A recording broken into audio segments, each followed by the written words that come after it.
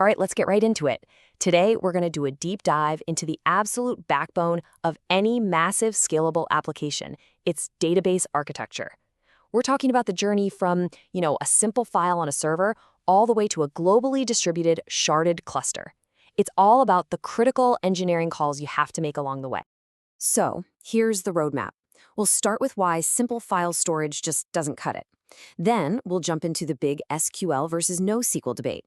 After that, we'll cover replication for surviving failures.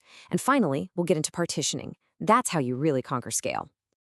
Okay, first up, moving beyond simple files. This is ground zero for pretty much any application. So this is the question every single project starts with, right? Why can't you just use files? I mean, it's so simple. Well, the irony is your biggest enemy here is success. As soon as your application starts to get any real traction, this entire approach just completely implodes. And here's exactly why. First, you have zero concurrency management. You get two requests trying to write at the same time, bam, you've got data corruption. It's a classic race condition.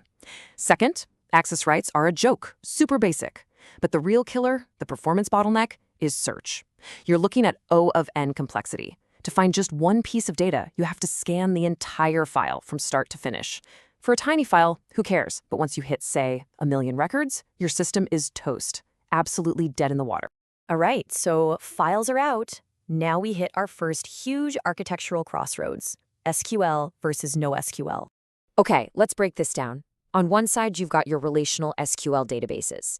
Think of it like a perfectly organized phone book. Everything's got a rigid, structured schema. Tables, rows, columns. The absolute cornerstone here is the ACD guarantee. Atomicity, consistency, isolation, and durability. It's a rock-solid contract that says your data will always be consistent. You absolutely need this for stuff like banking. Then, on the other side, you have NoSQL. This is more like a massive, flexible file directory. The schema is dynamic. You can kind of just toss whatever you want in there. The whole philosophy is different. It prioritizes availability and horizontal scaling, which is exactly what you need when you're dealing with insane amounts of unstructured data. And you gotta remember, NoSQL isn't just one thing. It's a whole family of different tools for different problems. You've got key value stores like Redis, insanely fast, perfect for caching. Then there are document databases like Mongo, which are awesome for things like user profiles where the data structure can vary. Columnar stores like Cassandra, they're built for massive analytics workloads. And finally, you have graph databases like Neo4j, which are all about modeling and querying complex relationships, like a social network. Okay, next up, replication. Because now that we have a database, we've created a new problem for ourselves, a single point of failure. And the core strategy to solve that is data replication. It's a pretty straightforward concept. You keep multiple copies of your data on different nodes. This is all about ensuring high availability and fault tolerance. If your primary node goes down, you just fail over to a replica. For the end user, there's hopefully zero downtime. So how do you actually keep these copies in sync? Well, one way is synchronous replication. Here's how it works. A client sends a write request to the primary node. The primary writes the data locally, then it sends that same data to all of the secondary nodes.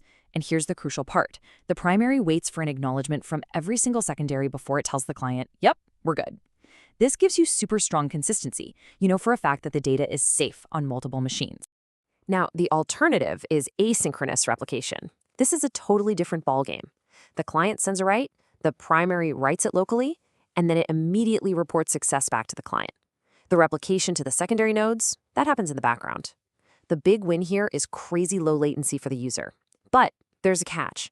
There's a small window where, if the primary crashes right after that write, before the data's been replicated, that data is just gone forever.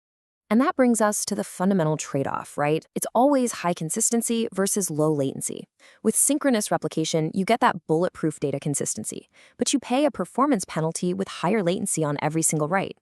Go with asynchronous, and you get lightning-fast responses, but you have to be comfortable with eventual consistency and the tiny risk of data loss. There is no magic bullet here. It's a critical engineering decision you have to make based on what your app actually needs. Okay, let's talk partitioning. So replication is great for handling failure, but what happens when your data gets so big it just doesn't fit on one machine anymore? That's a whole different problem, and this is where partitioning or sharding comes in. So this is the problem you run into. You've got one massive table, and it becomes a huge performance bottleneck. Every single read and write has to go through this one choke point. You can't just throw more powerful hardware at it forever. That's called vertical scaling, and you'll eventually hit a wall. You have to scale out, not up. And this is what scaling out looks like. It's called horizontal partitioning. Instead of one giant table on one machine, you split the data horizontally across multiple machines. So maybe users A through M go on server 1, and users N through Z go on server 2. Each of these pieces is called a shard. You've effectively turned one slow, overloaded database into a distributed cluster of smaller, much faster ones, spreading out both the data and the workload. But how do you decide which data goes to which shard? Well, a super common technique is hash-based partitioning. It's pretty clever. You take some unique value from your data, like a user ID, and you run it through a hash function to get a number. Then you use a simple modulo operation. If you have, say, 4 servers, you take that hash value and do modulo 4. The result, 0, 1, 2, or 3, tells you exactly which server the data belongs on. It's a really simple and effective way to get a nice, even distribution of data.